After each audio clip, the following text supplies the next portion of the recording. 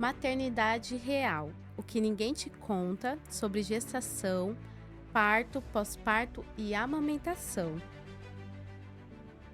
A importância da amamentação, ela começa na gestação. E não é só com a informação, mas a gente precisa fazer um exame físico dessa mama, entender qual a expectativa da mulher, da família em relação à amamentação. Muitos fatores podem interferir na descida do leite. Então, isso já pode ser prevenido ou amenizado ou melhorado na gestação. O assoalho pélvico feminino, ele tá ali sustentando uma série de órgãos, né? Entre eles o útero, a bexiga, que tá ali fora a força da gravidade. Então é uma musculatura que já tá recebendo uma carga diária ali. E a grande maioria das pessoas, elas não fazem isso. Então até as mulheres antes da gestação, elas praticam esporte, por exemplo, de alto impacto, corrida, um crossfit, ela vai saltar e ela tá ali gerando uma tensão nessa musculatura, muitas vezes sem saber se ela tem força, se ela não tem. Independente de gestação, toda mulher deveria passar uma vez, pelo menos, numa avaliação para aprender, ter controle sobre o seu músculo do assoalho pélvico, entender seu corpo, saber, né, como que realiza esses exercícios de forma adequada. Então, a prevenção é tudo, né? E durante toda a vida da mulher, né, principalmente no maternar, na gestação, só vai trazer benefícios. Você acredita que as dores na amamentação têm sido normalizadas? Que é normal. Às vezes a mãe fala para a filha, é normal, quando eu tive você, era tudo normal, sentia dor e o médico falava que era normal, né? É, Você acredita que tem um pouco disso também? tem. Mais um Natcast no ar. Se você já está nos assistindo, já curta esse podcast, já compartilha. Se você ainda não é inscrito aqui no nosso canal, se inscrevam para vocês ficarem aí ligadinhos em todos os nossos conteúdos. E hoje vamos ter uma roda aqui no podcast. Vamos falar sobre maternidade real, o que ninguém te conta sobre gestação, parto, pós-parto e amamentação. E para estar falando um pouquinho aqui comigo no podcast de hoje, eu estou com a Gabriela Araújo, ela que é especialização em fisioterapia pélvica. Também estou aqui com a Marina Budóia, ela que é especialização em ortopedia, saúde da mulher e obstetrícia, consultoria de amamentação. E também estou aqui com a Andressa Martinez, ela que é especialização em enfermeira pediátrica e consultora de amamentação. Queridas, quero aí agradecer, né, a todas vocês por estarem aqui no podcast, por estarem nessa roda, né? Hoje a gente vai falar um pouquinho da maternidade, gestação, pós-parto, amamentação. E aí, para a gente iniciar, né, gostaria que vocês se apresentassem também, começar com a Gabi, falar um pouquinho de você e um pouquinho do seu trabalho. Tá certo. Prazer, Nath, sou a Gabriela Araújo, sou fisioterapeuta pélvica há 15 anos, sou sócia proprietária também do Núcleo de Integração Pélvica, a NIP, né, que é uma clínica especializada em fisioterapia pélvica aqui em São Paulo. Marina, você também se apresentar aí para o pessoal de casa. Claro, prazer, Nath. Meu nome é Marina Budóia. Eu fiz a minha primeira pós-graduação em ortopedia, trabalhei um tempo nisso. Minha vontade na faculdade era ser da fisiopélvica. Engravidei, tive minha primeira filha, sofri violência obstétrica, sofri um pouco com a amamentação, e foi quando eu resolvi me especializar nisso também.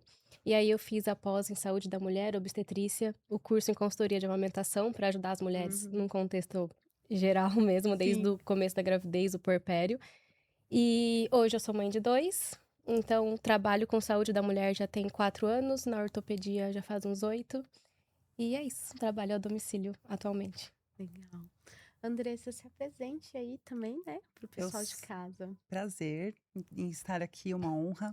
Meu nome é Andressa Martinez, eu sou enfermeira há 24 anos, me especializei em pediatria e neonatologia e agora também numa especialização de amamentação. Como consultora de amamentação, eu estou atuando há 14 anos e atuo na cidade de Santos, né, na Baixada Santista, mas também aqui em São Paulo.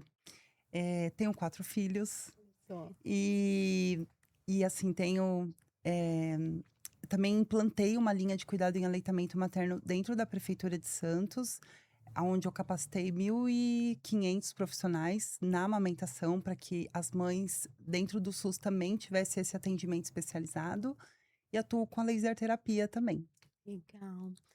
Ô, Gabi, você sempre quis trabalhar aí nessa área, né, da área da saúde da mulher. Como que foi para você? Sim, sempre, foi uma área de referência para mim, né. Eu também sou parte de um trabalho, de mulheres, de empoderamento feminino, e foi onde eu me encontrei, né, como profissional, fisioterapeuta, poder exercer para a saúde da mulher. Então foi um chamado mesmo, assim, de vida, e onde eu consigo trazer para minha profissão. Legal.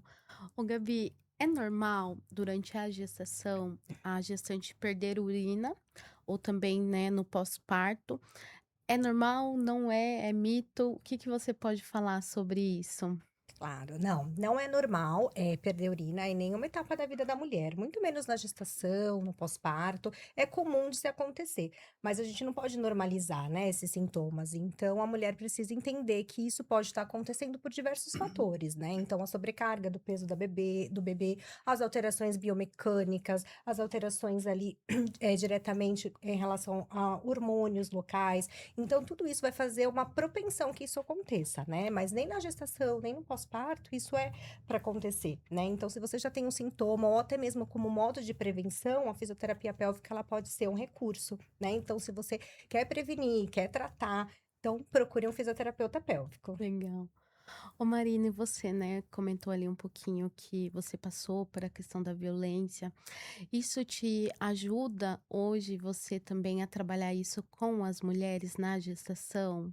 Sim, ajuda muito, porque eu acho que eu sofri a violência que eu tive nem foi algo que eu tinha ciência de ser uma violência. Então, quando eu sofri na gestação mesmo, induziram o parto da minha filha sem necessidade, foi um parto um pouco prolongado, um expulsivo rápido, mas um parto mais prolongado por conta da indução mesmo. E aí, quando ela nasceu, eu não consegui amamentar, eu tive uma hemorragia. Então, foi uma série de coisas que aconteceram que eu não tinha ciência se aquilo Uhum. deveria ou não acontecer. Depois que eu estudei, né, na parte pélvica, saúde da mulher, obstetrícia, eu entendi muita coisa. Só que foi na gestação do meu segundo filho que eu resolvi ter numa casa de parto, né, do SUS, justamente porque quando eu tive a violência foi no hospital particular. E aí, quando eu resolvi ter no SUS, foi uma experiência incrível. Foi uma casa de parto, não era um hospital. E no processo, né, de entrar nessa casa de parto, a gente passa por uma psicóloga. E essa Uhum. psicóloga me fez umas perguntas, e uma das perguntas que ela me fez foi: "Você já sofreu algum tipo de violência?" Nesse momento eu disse que não. E um tempo depois, quando ela perguntou como foi o parto da minha filha, eu contei chorando, né, em prantos, isso 3 anos depois. E aí, quando eu contei, ela falou assim: "Então eu vou voltar na pergunta anterior. Você já sofreu alguma violência?" E aí eu respondi: "Já." E aí foi aí que eu entendi tudo que eu tinha passado. Que por mais que eu sabia que tinha sido dolorido, eu não tinha entendido isso como uma violência. Então hoje, as minhas pacientes, quando elas passam pelo processo e a gente identifica que já não tá indo como ela gostaria, com acompanhamento médico ou com acompanhamento de qualquer outro profissional, a gente já começa a conversar sobre isso e elas mesmas me falam, tipo, Má, talvez seja melhor mudar de profissional ou mudar de hospital, eu não tô me sentindo tão segura. Então, sim, eu acho que a minha experiência eu consigo ajudar bem minhas Ajudar. pacientes nesse processo. E qual que é aí o papel da fisioterapia dentro, né, da sala de parto? Cara, o papel da fisio na sala de parto vai além da alívio de dor, né, o que a gente mais fala. A fisioterapia vai ajudar com alívio de dor. Ele sim ajuda, porque a gente trabalha muito respiração. E para você tomar uma analgesia, eu preciso de um tempo, né, exato, para poder tomar essa analgesia. Eu não posso tomar de imediato. Então, tem uns critérios que a gente precisa cumprir ali para poder dar essa analgesia para paciente. Então, a respiração ajuda muito. Eletroestimulação na lombar. Então, tem paciente que fica com a lombar muito tensa. O ciático, ele começa a esticar um pouquinho, aí elas falam, nossa, eu tô com bastante dor no meu bumbum, no glúteo, tá doendo bastante. Então, eu consigo ajudar nesse processo, né, no alívio de dor com banho de imersão, né, água quente, massagem. Fora isso, todo o processo, lembrando da força dela, lembrando que ela tá ali ajudando, colocando o marido pra trabalhar junto, né, colocando o marido pra Uhum. ajudar, oferecendo água, então dando todo esse suporte, que teoricamente também é um suporte emocional, e a maioria das pacientes que eu acompanho, não todas, mas eu acompanho a gravidez inteira, então a gente já tem um vínculo. E fora isso, a descida do bebê é um processo. Tem paciente que já chega com um bebê que já tá lá embaixo, no colo do útero, o útero tá dilatando super bem. Tem outros pacientes que demoram para esse processo acontecer. Então, fazer exercício, então, alguns exercícios ajudam muito, posicionamento dessa paciente ajuda para alívio de dor e para a tecida do bebê, para esse bebê conseguir encaixar melhor. Então, tem médico que fala assim, o colo do útero tá apagado mais à direita. A gente começa a fazer alguns movimentos para o colo apagar um pouco mais à esquerda, a gente conseguir ter uma maior dilatação ali. Sim. E no momento do expulsivo, que é quando a gente chega lá na parte final, esse bebê vai nascer, o controle do abdômen que essa paciente faz, a respiração que ela tá fazendo, se ela tomou analgesia ou não. Então, eu consigo orientar ela nesse momento, né, pra ajudar ela nesse momento do expulsivo, independente de uma analgesia ou não, e ela conseguir um parto com mais respeito, um parto mais humano, né? Independente da via de parto, porque pode acontecer de ir para uma cesárea, e eu acompanho a cesárea também, fico com a paciente, explico o que está acontecendo para ela ter esse sentimento de que ela foi bem atendida e que a experiência de parto dela foi boa. Então, Sim. hoje, o meu papel na sala de parto com as pacientes é esse: trazer uma ótima experiência de parto, para que elas não passem pelo que eu passei. Eu estou emocionada. E é isso. Ô, Andressa, fala um pouquinho também de você, né? Você sempre quis trabalhar nessa parte, né, da área da amamentação, como que foi? Você passou por alguma história, né, aí própria, que daí você falou, não, eu quero trabalhar também, ajudar aí outras mulheres? Quando eu entrei na enfermagem, eu tinha 20 anos. Então, eu entrei para trabalhar. Eu morava aqui em São Paulo, eu entrei para trabalhar no Hospital Santa Marcelina, Itaquera, no pronto-socorro. E eu lembro que na primeira entrevista com a gerente de enfermagem, eu falei para ela que eu queria trabalhar na maternidade. Aí ela falou assim: com essa altura? Não. Você tem que ir pro pronto-socorro. E aí eu falei, tá bom, né? 20 anos. Aí eu cheguei lá, fui pro pronto-socorro, meu primeiro emprego. E dali era só UTI, pronto-socorro, UTI. Só que a maternidade era algo que sempre foi apaixonante para mim, porque eu fui mãe nova. E porque eu Uhum. quis ser mãe nova, e eu amava ser mãe. Então, para mim, era, assim, algo muito maravilhoso. E quando eu fui para Santos, eu tive o Davi, que foi meu último filho, e eu estava amamentando. E nessa época eu tinha entrado em um concurso público e eu estava dentro de uma sala de vacinas. E chegou uma mãe no puerpério com um bebezinho aqui assim e jogou o bebê no meu colo e falou assim: "Eu não consigo amamentar. Eu tô com a lata de leite lá dentro do meu carro e eu não vou conseguir mas não vou conseguir mais amamentar, de tanta dor que eu tô". E naquela hora eu estava amamentando, né, então eu falei: "Não, senta aqui, calma, eu também tô amamentando, já passei por isso, eu vou te auxiliar". Só que eu não sabia. Então eu chamei uma amiga minha, que tinha vindo da maternidade, porque a minha experiência era UTI, e UTI neo, UTI adulto, mas essa parte da amamentação em si, não era. E aí essa amiga veio, começou a ajudar, eu falei: "Gente, essa é a coisa mais linda que eu já vi na minha vida, eu quero isso pra mim". Foi em 2014. E aí meus olhos se abriram, aí o que aconteceu? Toda mãe que chegava na sala de vacina, eu falava: "Espera aí que eu tenho uma amiga". Só que ela falava: "Você precisa aprender, você precisa aprender". E aí eu comecei a aprender, e hoje é a minha paixão. Ô, Andressa, se é necessário aí as mulheres aprender essa questão da amamentação no início da gestação, na gestação, como que funciona essa parte também? A importância da amamentação, ela começa na gestação. E não é só com a informação, mas a gente precisa fazer um exame físico dessa mama, né? Entender qual a expectativa da mulher, da família em relação à amamentação. Muitos fatores podem interferir na descida do leite. Então, isso já pode ser prevenido ou amenizado ou melhorado na gestação. Então, casos de cirurgias de mamas, eh, prótese mamária, hipoplasia mamária, né, que é um pouco menos de glândula ali na amamentação, que a gente já consegue diagnosticar desde uma puberdade. Então, alguns exames também alterados na gestação, como a diabetes gestacional, a gente já pode entrar com a coleta do leite precoce, com 37 semanas. Então, hoje a gente tem muita prevenção, nesse quesito da amamentação que acontece na gestação. E pode acontecer durante a gestação né? Às vezes a mulher sofreu alguma coisa emocional que isso atrapalhe a amamentação dela? Ah, com certeza, porque a parte da amamentação, a gente tem muita questão da ocitocina, né? A Uhum. ocitocina é liberada pela hipófise. E para a gente ter essa liberação de ocitocina, a gente precisa de relaxamento, de amor, de segurança. Quando a gente passa por algum estresse, a gente libera o cortisol. E o cortisol, ele é uma barreira para a ocitocina. Então, a gente tem muito essa fase, essa parte endócrina sendo alterada, né, pelo estresse ali, por qualquer parte emocional que essa mulher passe na gestação. No Sim. parto, né? No parto e no pós-parto imediato também. E muitas falas, palpites. Que mais tem, né? É. Ô, Gabi, fala pra gente um pouquinho, né? Qual que é aí o momento ideal para essa mulher buscar a fisioterapia pélvica?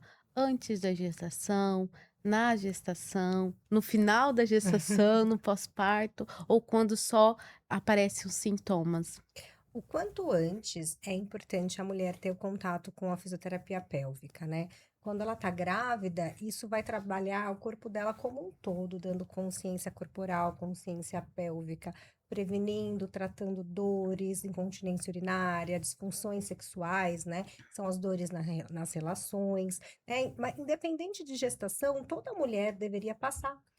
Uma vez, pelo menos, numa avaliação para aprender, ter controle sobre o seu músculo do assoalho pélvico, entender seu corpo, saber, né, como que realiza esses exercícios de forma adequada. Então, a prevenção é tudo, né? E durante toda a vida da mulher, né, e principalmente no maternar, na gestação, só vai trazer benefícios, né? Então, a gente vê que mesmo a mulher que tá ali, que já quer até uma cesárea, que já escolheu essa via de parto, ela vai ter benefícios com a fisioterapia pélvica. Uhum. Então, ela não precisa só, ai, poxa, só para quem quer parto natural, parto via vaginal, não, né? Essa mulher, ela pode se beneficiar por todos os ensinamentos que a gente traz ali, e principalmente pela essa sobrecarga do assoalho pélvico, que sofre muito durante todo o processo gestacional. Então, e também não importa, às vezes a mãe tá tão preocupada com tantas coisas, né? Ai, dá conta de tudo, do enxoval, do pré-natal, mas independente, tá no finalzinho da gestação, vai ter o que aprender, né? No pós-parto também. A gente vê, né, que as mães no pós-parto demoram um pouquinho para procurar ajuda, né? Porque tá ali vivenciando aquele momento, descobrindo o filho, se redescobrindo, né? Mas precisa, né? Precisa de uma reavaliação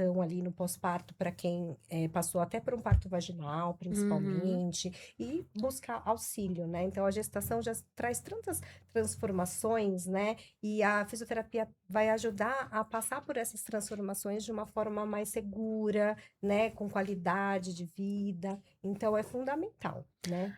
Hoje, qual é a procura maior? Geralmente antes da gestação, durante a gestação ou no finalzinho ali, né? Vou procurar físio ou no pós-parto? Antes da gestação, são mulheres que já apresentam algum sintoma, né? Uhum. Então, a mulher que tem ali algum sintoma urinário, algum sintoma fecal, sexual, ela procura fisioterapia pélvica. É bem difícil uma mulher que vem para prevenção. Tá? Gestação é onde a gente tem nossa maior procura, onde a mãe quer entender o que que ela pode fazer para auxiliar o corpo dela a funcionar de uma forma melhor. Então, é um acompanhamento bem rotineiro lá na clínica. A gente atende muitas gestantes auxiliando, a gente ensina os exercícios, elas fazem exercício para casa, né? Então, elas têm uma consciência ali no trabalho, né? Na sala de parto, elas já vão preparadas, porque elas já vivenciaram isso, né? E ali no pós-parto, elas também acabam procurando a gente um pouquinho, numa fase um pouquinho mais tardia, depois de uns 6 meses, onde aquele bebê já tá ali adaptado, principalmente para tratar diástase ou tratar alguma dor residual ali da relação sexual, ou uma incontinência urinária que não foi transitória, né? Então a gente vê que hoje em dia as mulheres elas têm bastante informações, né? Então elas vêm buscando se trabalhar e trabalhar o seu corpo. Legal. Ô Marina, fala pra gente um pouquinho o que é diástase e quando tratar. Então vamos lá. Toda gestante, ela vai ter diástase. Então a diástase é o afastamento da musculatura abdominal, né, do reto abdominal, que é essa musculatura que está na frente do abdômen, por conta do aumento desse abdômen. Então o abdômen ele começa a distender de acordo com a evolução da gestação, e aí essa diástase ela vai aumentando. No pós-parto, o que que acontece? A musculatura, não só do abdômen, mas a musculatura pélvica, e por isso tão importante é a gente olhar essa musculatura antes também. A musculatura, ela acaba tendo uma inibição neuromuscular. Então, o abdômen, ele inibe por conta da distensão mesmo e por conta da ação hormonal. Então, na gestação, a gente vai ter ali relaxina, a gente tem progesterona, a gente tem ocitocina, a gente tem uma série de hormônios que vão agir ali e que ainda tem uma quantidade ok de hormônios no pós-parto. Isso vai manter essa musculatura dormindo. Então, ela fica mais inibida. E ela precisa ir acordando aos pouquinhos para ela começar a ativar novamente e começar a fechar essa diástase. Não é toda paciente, né, que Uhum. teve um neném que precisa fazer um tratamento para fechar a diástase ou que necessita de uma cirurgia, mas a gente faz essa avaliação no pós-parto também no abdômen para entender se essa paciente precisa ou não fazer um tratamento cirúrgico ou não. E aí vai mais pelos sintomas. Então, se essa paciente apresenta dor lombar, se ela apresenta dor pélvica, se ela apresenta um abdômen mais globoso, mais protuso, né, para frente, às vezes quando ela vai levantar, você enxerga a bolinha aqui em cima, né, na parte do meio, na linha umbilical, ela subir. Então, a gente começa a trabalhar isso para manter esse abdômen, a controle motor desse abdômen, ativar essa musculatura para poder fechar esse abdômen, né? Então, precisa fazer um acompanhamento, essa avaliação ela é extremamente importante para a gente saber se vai fazer o tratamento ou não. Mas quando a gente começa a fazer o tratamento, existem exercícios específicos que a gente faz para fechar esse abdômen. E aí tem aquela série de informações que elas já trazem pra gente, né? Ah, eu posso fazer uma academia, iniciar um leg press, uma cadeira extensora. O problema não é fazer exercício. Saiu um estudo recentemente, acho que tem 2 anos, novembro sem ser ano passado ou retrasado, que diz que esses exercícios não são prejudiciais. Eles só não vão fechar a diástase, né? Uhum. Então, a gente tem exercícios específicos para fechar, só que independente disso, eu preciso de um bom controle dessa musculatura, porque senão eu tenho uma dissinergia dessas musculaturas, que é o assoalho pélvico, o abdômen, a lombar, e tudo isso trabalha em conjunto. Então, quando eu vou tratar uma diástase, eu não trato único exclusivamente o fechamento dela, e sim o controle dessa pressão intraabdominal. Então, é todo um conjunto de fatores que vai mostrar pra mim se eu preciso ou não tratar essa Tratar. paciente. Sim. Andressa, fala pra gente um pouquinho, né, sobre a questão da dor ao amamentar. É normal? Não é? O que que é normal?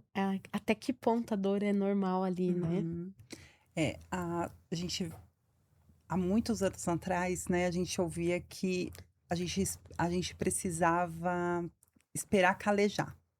Então, tinha até alguns exercícios, né, que os profissionais pediam para as mães realizarem na gestação, para calejar o mamilo, né, o bico, para que esse bebê já quando viesse, já a mãe já não sentisse dor, porque aquele mamilo estaria calejado. Na verdade, não é isso. Eh, a dor, ela não é normal.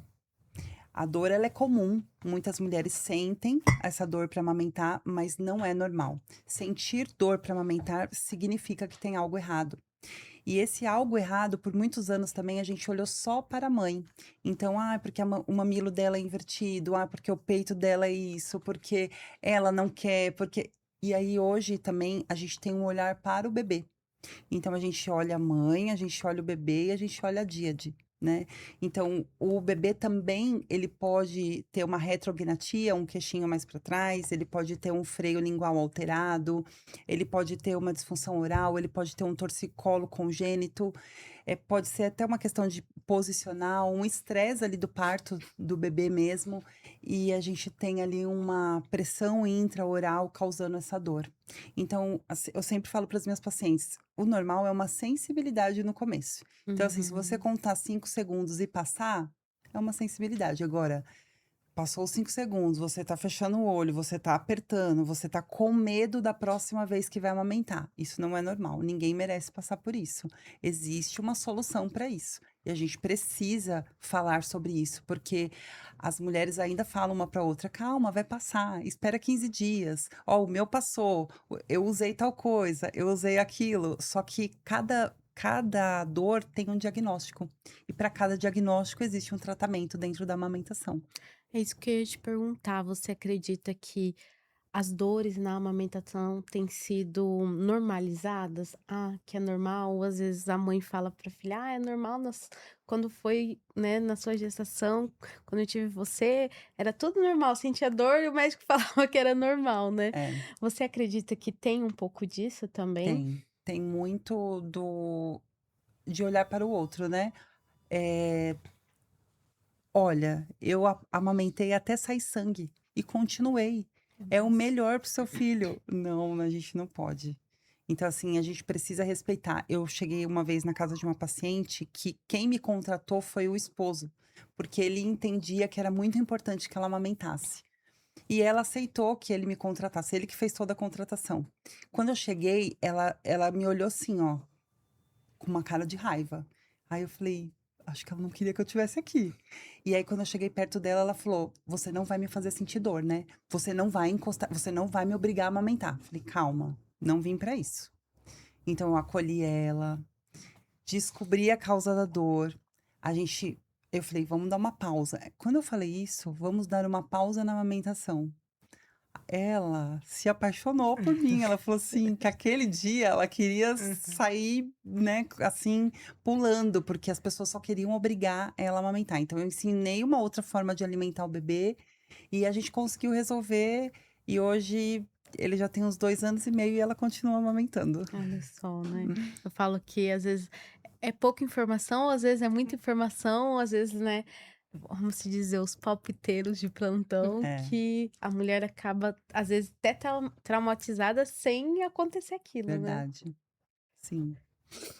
Ô, eh, Gabi, fala pra gente um pouquinho, é normal hoje você sentir dor na relação sexual após, né, a mulher ter o parto? O que que você pode falar em relação a isso? Não é normal, é comum acontecer, né? A gente sabe, fala a mesma questão da urina, da perda urinária. Em algumas mulheres no pós-parto, isso pode ser comum de acontecer, principalmente para a gente entender o histórico dessa mulher, como foi o parto, como foi a gestação, como que era essa musculatura dessa mulher gestar, né? Então, não deve ser normalizada, né? Nenhum tipo de dor, nem ao amamentar, nem na relação sexual. Mas o que acontece? Por que que acontece essa dor, né? Acontece pelas alterações que aconteceu durante a gestação, o parto, às vezes a cicatrização de alguma laceração que aconteceu, às vezes é porque está amamentando e diminuiu o estrógeno e a mulher fica com mais ressecamento vaginal, né? Então, o que é importante é a gente identificar a causa dessa dor e saber que tem tratamento, né? Tem muitas pacientes que relatam que, eu senti dor e aí eu nem me lembro, mas essa dor passou.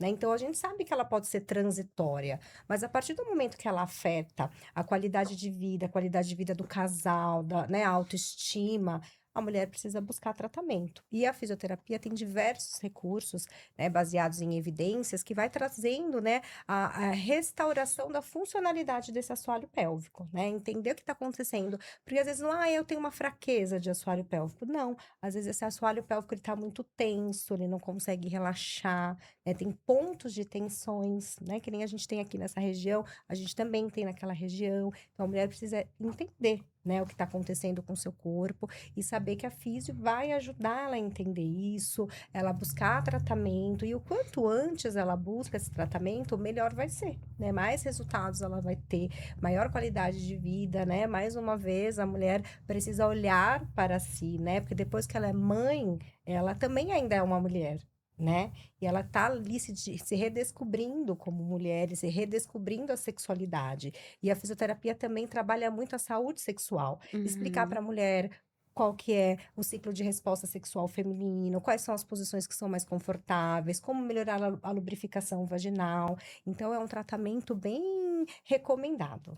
Ô, Gabi, pode acontecer às vezes da mulher depois do pós-parto aí, ela sentia essa dor no começo, aí depois ela não sentia dor, e aí a dor voltar, e aí ela ficar com dúvida, né? Será que eu procuro a Sim, fisioterapia ou não? O que que você isso. indica? Indico que, assim, a mulher observe, né? Observe como é a característica dessa dor, se ela foi transitória, mas se ela tá voltando, se ela passa e volta, é porque tem alguma alteração. Então, eu acho que é sempre válido agendar uma avaliação fisioterapêutica, né? A mulher que já fez esse acompanhamento na gestação, ela já sabe alguns exercícios, ela já tem uma, né, maior consciência do que ela pode fazer ali no pós-parto. Mas uma mulher que nunca passou na fisioterapia é super recomendado, principalmente o parto via vaginal, né? Se acontecer, se tem uma laceração, hoje a gente sabe, né, episiotomia, que a gente não quer que ocorra, mas que ainda às vezes pode ocorrer. Então, precisa o quanto antes, né? A gente também atua muito ali, até no pós-parto imediato, né? Depois que a mulher pariu, passar ali na visita da maternidade,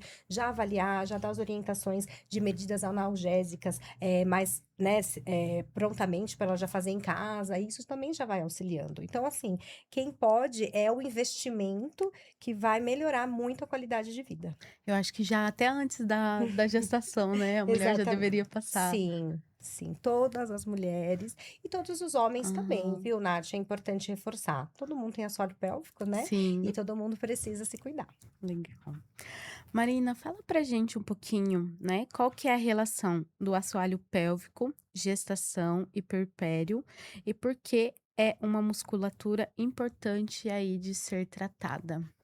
Acho que complementa um pouquinho aqui o que a gente estava falando agora, porque a musculatura pélvica, né, o assoalho pélvico feminino, ele tá ali sustentando uma série de órgãos, né, dentre eles o útero, a bexiga, que tá ali fora a força da gravidade, então é uma musculatura que já tá recebendo uma carga diária ali, né, um peso diário, e que a gente precisa olhar para ela. E a grande maioria das pessoas não fazem isso, né, dos homens também, mas a grande maioria das mulheres elas não fazem isso. Então, até as mulheres antes da gestação, elas praticam esporte, por exemplo, de alto impacto, corrida, um crossfit, ela vai saltar e ela tá ali gerando uma tensão nessa musculatura, muitas vezes sem saber se ela tem força, se ela não tem, se é uma musculatura que ela relaxa com facilidade ou não, se ela consegue fazer esse relaxamento com facilidade ou não.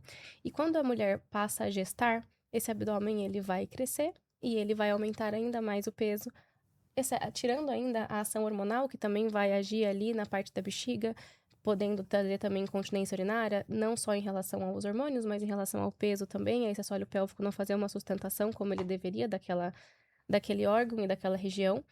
E isso para o pós-parto, assim como o abdômen, que a gente comentou sobre a diástase, também vai sofrer uma neuromodulação ali, ele também vai ficar um pouco mais flácido, mais fraco. E aí, no pós-parto, essa musculatura, ela vai sofrer e ela pode desenvolver uma incontinência urinária, ela pode desenvolver um prolapso. Essa paciente, ela pode ter passado por pontos, né, na gestação.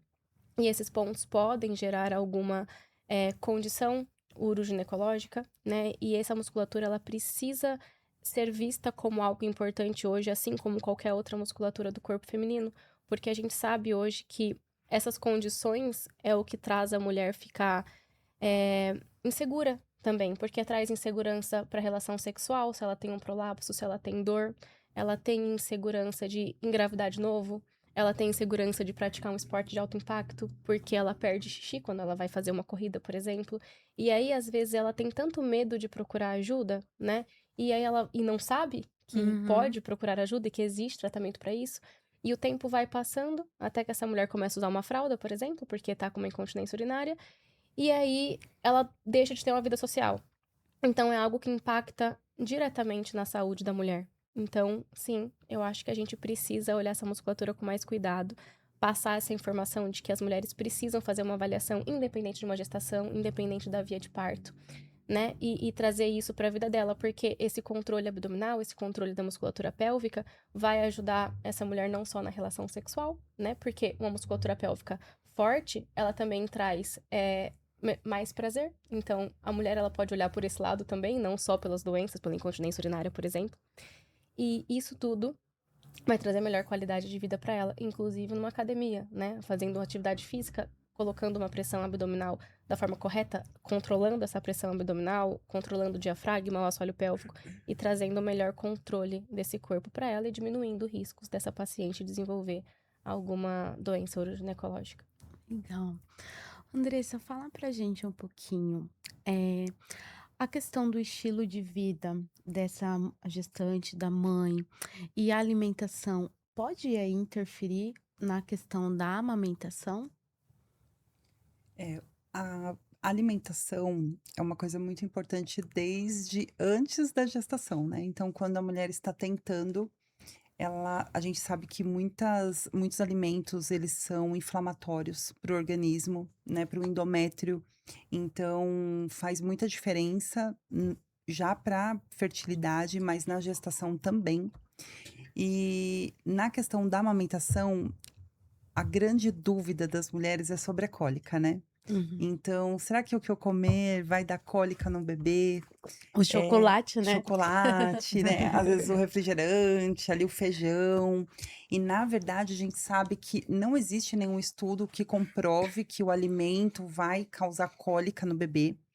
Porém, o ar que o bebê engole, né, durante a amamentação. Então, uma boca que não veda de forma correta, uma pega incorreta, uma sucção de chupeta, de mamadeira de forma inadequada também, isso pode trazer. Agora, a gente sempre pede para que a mãe se alimente com bastante proteína, principalmente por ela. Então, a gente tem muitas mulheres que falam assim: ah, perdi o cabelo aqui com 2, 3 meses, e ali com 8 meses, porque é uma época que o bebê ele começa a ter uma sucção, a produção dessa mãe ela aumenta, também estabiliza ali com a demanda do bebê, e a gente tem muita perda da vitamina B12. Então, a gente tem mulheres que são muito bem cuidadas na gestação, coletando exames, sendo suplementadas na gestação com vitaminas, e aí quando ela ganha o bebê, na parte do puerpério, ninguém mais pede exame, ninguém mais suplementa essa mulher. E a gente tem uma perda vitamínica 4 vezes mais do que na gestação. Então, a gente precisa sim olhar para essa mulher, não porque esse leite ele vai enfraquecer se essa mulher não tomar vitamina, mas pelo contrário, a mulher vai enfraquecer, né? Então, muitas vezes a mulher tá ali muito cansada, perdendo cabelo, perdendo autoestima, porque o puerpério já traz esse cansaço, né, pela demanda toda do bebê, mas também por essa questão alimentar. E qual que é, assim, o maior mito ou tabu que você já ouviu falar sobre a questão da amamentação? Olha, eu ouvi faz pouquíssimo tempo. São muitos mitos, né? Mas um que é um absurdo, assim, é o bebê arrotar no peito e o peito empedrar. Nossa, eu nunca tinha Esse ouvido também não. esse. Esse Não! também não. E o pior, essa mãe ouviu de um profissional de saúde. Meu Ai. Deus. Então, assim, o peito dela empedrou, né? Porque, na verdade, o que acontece? O bebê não estava fazendo a extração, a transferência correta do leite. Então, sempre ficava um acúmulo de leite ali. E esse acúmulo foi acontecendo até um dia que o bebê não conseguia pegar, porque o peito estava muito empedrado, então ele não conseguia fazer a pega correta. E ela foi no pronto-socorro porque estava sentindo muita dor. E no pronto-socorro, o médico, né, falou para ela: olha, você deixou o seu bebê arrotar no peito? Foi por isso que empedrou. Meu Então Deus. ela me procurou com essa fala, né? Olha, o meu bebê arrotou no peito e meu peito empedrou, preciso de ajuda. E aí acolhi ela, né? Não fui falar pra ela, ai, não é verdade, calma, né? Fui explicar pra ela depois. Mas esse foi um dos mitos, assim, top 5, né? Top 1. Top 1. É. Ô, Gabi, pra você, assim, qual que foi o maior mito ou tabu que você já ouviu sobre a fisioterapia pélvica? O clássico, né? Perder urina é normal, né? Então isso fica muito. A gente tem vários slogans que falam, né? Perder urina é normal, né? É comum, né? E assim, as pessoas acham, é só de vez em quando. Então eu acho que é isso que mais fica, né? É só quando eu dou risada, é só quando eu pulo. Então, já é um sinal de que não é normal e de que não que precisa de tratamento, né? E muita gente acha que a fisioterapia pélvica não é importante, né? Que não é a mesma coisa assim de, ai, nossa, eu vou no médico, né? Então acho que fica isso, né? Então, fisioterapia pélvica, ou confunde mesmo, é Pilates, né? Fisioterapia pélvica é Pilates, né? Eu Então, pensei, tá? Antes de eu exatamente. conhecer, né, a questão Imagina. da fisioterapia, Mas eu assim, pensava é que era. parte também. Muitos exercícios de Pilates a gente desenvolve. Eu fui instrutora de Pilates por 3 anos, mas é totalmente diferente, né? A gente se especializa, a gente cuida de patologias muito específicas, né? De casos muito sérios que trazem, né, a gestante, né? O universo de gestante é um dos universos que a gente trata, né? Então, e a maioria fala, né? Ah, fisioterapia é Pilates. Eu tô fazendo Pilates. Mas é diferente, cada um tem a sua função, ambos são importantes. Sim. E para você, Marina, qual foi assim o maior mito ou tabu que você já ouviu na sua trajetória sobre a fisioterapia pélvica aí na gestação, no pós-parto? Nossa, tem bastante também, mas acho que o que mais vem em mente aqui é agora é mais sobre a gestação, né? Gestação Uhum. gemelar. Tem muita paciente que tem uma gestação gemelar, por exemplo, e que fala que não pode ter parto normal. Ah, eu vou fazer uma cesárea porque eu não posso passar por um parto normal. Ou que tem um bebê, mas esse bebê tá sentado. Aí fala, ah, eu não posso ter um parto normal porque meu bebê tá sentado. Então é algo que você fala assim, não, não é bem assim, né? Existe um contexto, existe muitas outras coisas que interferem ali, mas elas podem sim, né? Elas podem, tanto as pacientes que têm um bebê gemelar, né, os gêmeos, ou as pacientes que têm um bebê sentado, só precisa procurar um profissional que tenha segurança em acompanhar esse parto, em ajudar, auxiliar nesse parto acontecer, mas pode sim, sem problema nenhum. Eu acho que também tem a questão, né, da mulher, às vezes, na primeira gestação, que daí vocês vão poder falar melhor, que às vezes na primeira gestação ela teve cesárea, daí ela acha que Isso. a Asma próxima tem que ser gestação tem que ser cesárea. cesárea. É o Não, mito, tem. É um né? É um mito mito também.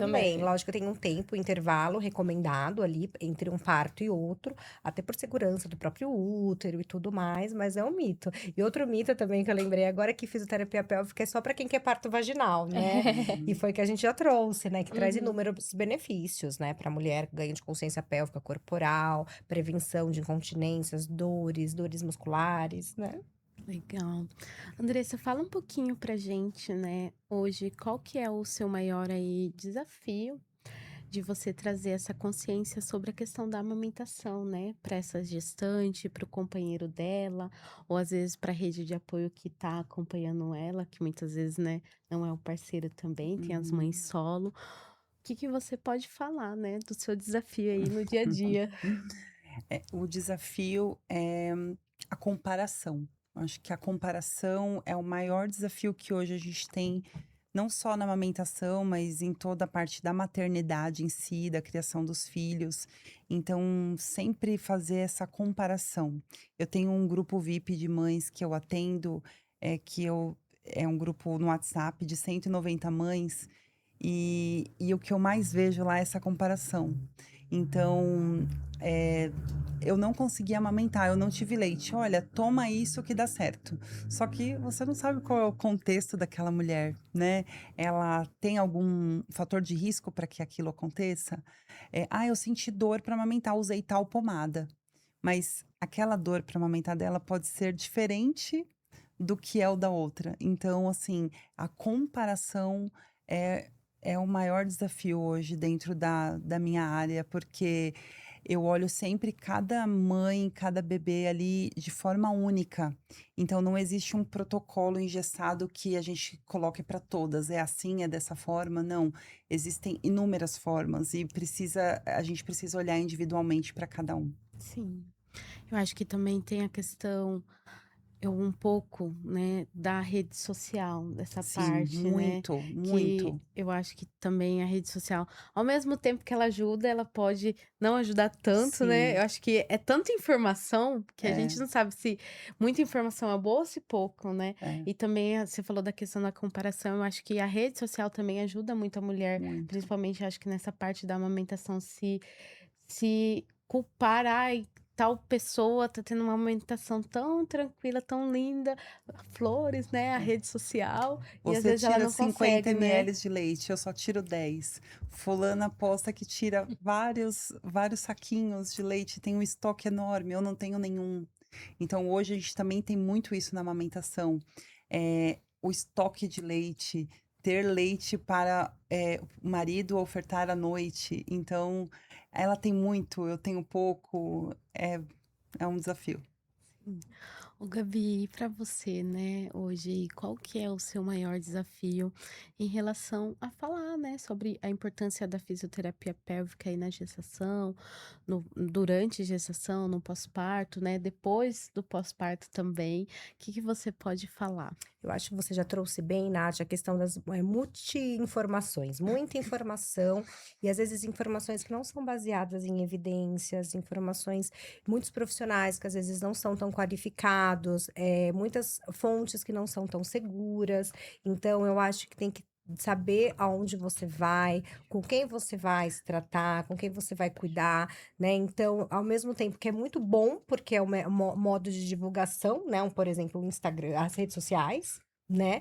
Ao mesmo tempo, a gente entra nessa linha. Ou também um desafio é, eu já vi pela internet, eu já vi um vídeo, e eu já tô fazendo, e não ter o acompanhamento correto. Então, hoje, a gente, né, orienta uma série de exercícios para casa, de condutas, e que às vezes a mulher vai fazer sem uma orientação guiada, né? Então, isso pode ser pior, né? Então, a gente tem muito, né? Um exemplo rápido, né? O expansor perineal, que a maioria liga na clínica, eu quero fazer expansor perineal. Tem lugar que aluga, que você vai lá, faz sozinha, fala para insuflar o balão até o tamanho da cabeça da PP, fica fazendo...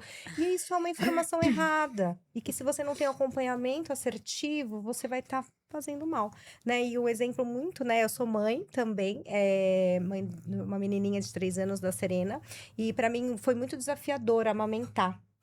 E ao mesmo tempo que eu, sendo profissional da área da saúde, eu também era mãe, mulher e também estava vulnerável, e onde a rede social me atrapalhou muito, porque entrou a comparação, Ah, né? E onde eu segui uma profissional maravilhosa, pediatra da Serena, que me trouxe, assim, assertivamente, faz o que seu coração mandar, e mudou, assim, a minha vida, né? Então, por isso que eu trago esse exemplo. O quanto pode te ajudar e o quanto pode né? Te dificultar, fazer com que você se sinta menos mãe, que você não é capaz. E cada mulher é única, cada mulher tem a sua história, né? E isso eu acho que é o mais importante, o mais bonito de tudo isso. já aconteceu de às vezes alguma paciente chegar para você e falar assim: olha, eu fiz uma pesquisa antes, fui lá no TikTok ou no chat GPT e eu Isso. tenho isso, gostaria de ser tratada Isso. assim. Já Já traz o que quer. aconteceu? Já, o que mais Clássico. acontece, é clássico. E É a gente fala assim, clássico. mas espera lá. Como também tem muita prescrição, né, de algumas, né, olha, vai fazer o biofeedback. Então, fisioterapia pélvica é biofeedback. E biofeedback é um dos milhares de recursos que a gente tem e que não é, a gente precisa de uma avaliação. Não é toda mulher que pode fazer um biofeedback, que tem condição, precisa ter uma consciência perineal, precisa ter controle. Então, a gente desenvolve. Então, é muito importante a gente entender e confiar naquele profissional Sim. que a gente tá indo. E para você, Marina, e qual que é o seu maior desafio também no dia a dia de trazer essa consciência sobre a fisioterapia pélvica aí na gestação, no pós-parto, antes, né, da gestação, na saúde da mulher no geral? Nossa, Nath, vou precisar pegar minha canetinha, assinar embaixo aqui do que as meninas falaram, porque, né, é muito isso a comparação, é muito isso da informação que o pessoal pega na internet, as pacientes olham pela internet. E aí eu vou colocar aqui um negocinho a mais, que é a sociedade, a família, marido, a pessoa que a mulher tá ali, sabe, que acolhe, a mãe, a tia que já teve o filho e que, mas eu fiz e ninguém morreu, sabe? Na minha época não aí- tinha isso. Isso é besteira, né? Isso é luxo, Colocaram né? como moda, né? Agora a gestante tem Exato. moda, né? Não, e geralmente na gestação, elas ficam bem firmes. Não, porque eu vou fazer isso, porque eu estudei isso e eu vou fazer desse jeito, você me explicou, aí nasceu. Nasceu, aí vem a mãe, vem a tia, vem a amiga, o marido, e não, porque eu acho que isso é melhor pra você, eu te conheço, faz isso, e ela tá vulnerável, ela tá no puerpério, ela tem um montão de ação hormonal ali, e aí ela começa a chorar, ela fala, eu não sei mais o que eu faço, eu não sei se eu desisto, se eu não desisto, se eu amamento, se eu não amamento, e aí eu falo assim, calma, mulher, vamos se acolher primeiro, vamos aqui, com calma. Por partes, Vamos né? por partes. E isso da sociedade no contexto geral atrapalha muito, né? Muito, muito, muito. E, né? E é em relação ao corpo dela, é em relação a ela, é o que ela tem que fazer, é em relação ao bebê, e o bebê é dela, e a outra pessoa tá falando que ela tem que fazer com o bebê dela, sabe? E aí vira aquela confusão toda na cabeça da mulher. E aí a gente entra de novo no ponto de desinformação ou nenhuma informação, pouca informação, comparação e palpites que a gente não pediu, sabe?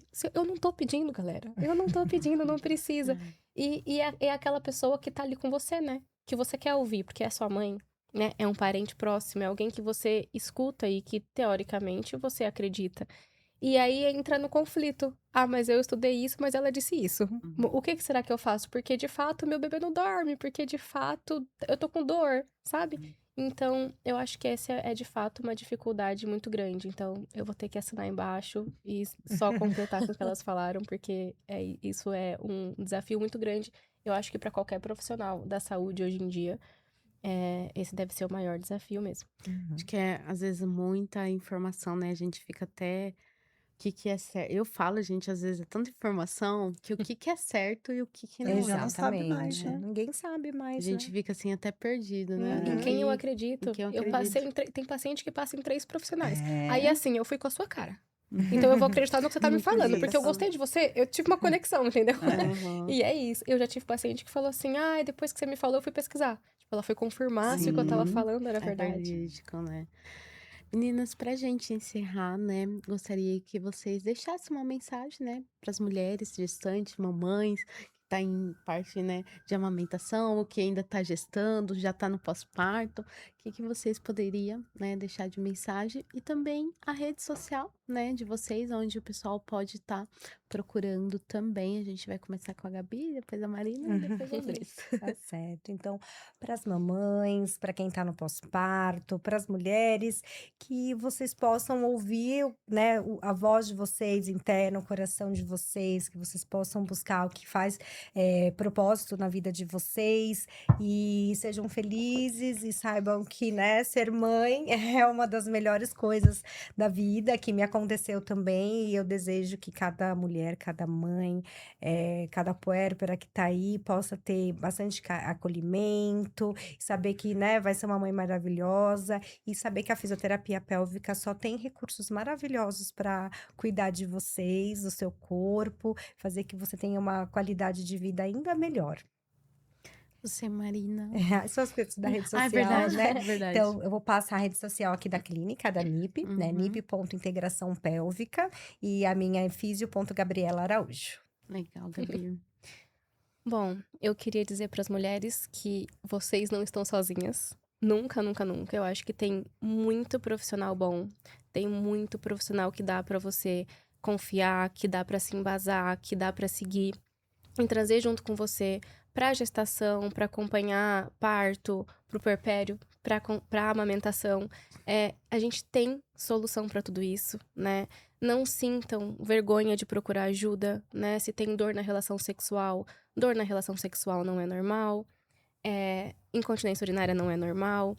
Na gestação, a gente tem 1 milhão de coisas para fazer, independente da via de parto. Na amamentação, 1 milhão de coisas para fazer com milhares de desfechos, né? Não olhem o que o outro tá falando, o que a coleguinha fez, o que a coleguinha passou, porque cada mulher é diferente, cada corpo é diferente, cada história é diferente. E a gente leva, né, pra nossa vida a nossa história. A gente tem bagagens. E a bagagem do outro geralmente não é a nossa bagagem. Então, vocês não estão sozinhas. Procurem ajuda, procurem profissionais. E é isso. Eu também desejo que todas passem por uma gestação, por um parto, uma amamentação segura e que, independente de gestação, possam ter uma vida ativa, né? Com atividade física, atividade sexual, tranquila, sem dor e que consigam viver bem. E a minha rede social é @fisio.marinabudoia. É Budoia do jeitinho que a gente fala, Budoia. Obrigada, Marina. Imagina. Você, Andressa, deixa sua mensagem e também sua rede social. Tá. A minha mensagem é para as mães, né, não se comparar. Então, não se compare com a rede social, não se compare com a amamentação da outra pessoa, se informe, sim. Busque um especialista em amamentação. Então, hoje a gente vê muitas pessoas falando da amamentação, mas poucos que verdadeiramente se especializaram ali nesse foco da amamentação, e existe isso. Então, é sempre bom você ter essa segurança, e essa segurança precisa acontecer não na hora que as coisas estiverem difíceis, mas antes. Então a gente tem como prevenir muitas questões aí na amamentação, trazendo uma maternidade mais leve, né. Então a dor não é normal, se existe dor, tem algo errado que precisa ser ajustado e, a amamentação, a maternidade não é para ser um peso, é para ser algo leve, para que a gente possa aproveitar, como as meninas disseram, a maternidade pode ser realmente não é romântica, né, ela tem seus desafios, mas ela é uma bênção, né, então, o filho ele é uma herança que a gente recebe, né, do criador, então a gente precisa, cuidar de uma forma, eh, única, porque o seu bebê é único e você também é única. Sua rede, se você falou? Andressa ponto amamentação.